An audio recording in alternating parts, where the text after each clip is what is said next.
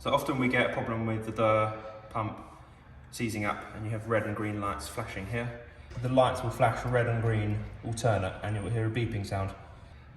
That can either be it's overheated or it can be that the impeller fan inside here has seized up. So a very simple test you can do to try and unseize the pump is to remove the fan cover on the top. Now sometimes they are fairly stuck down, but don't be afraid to give it some force. It just levers off the top. It's not fixed down. Just take it off. And then here we have the coolant van, and this should spin freely, so it should keep spinning after you have spun it. Now, if it's not, it means it's seized, and by placing 2 hands on it and moving it either way, you will free up the pump. Once that is done, then you just simply place the hood back on top. You don't need to push it down very firm. It's only there just to protect your fingers from getting stuck in the fan. And turn the pump on, run it up. Just check it's not rubbing on the inside. It will make a loud squealing noise if it is.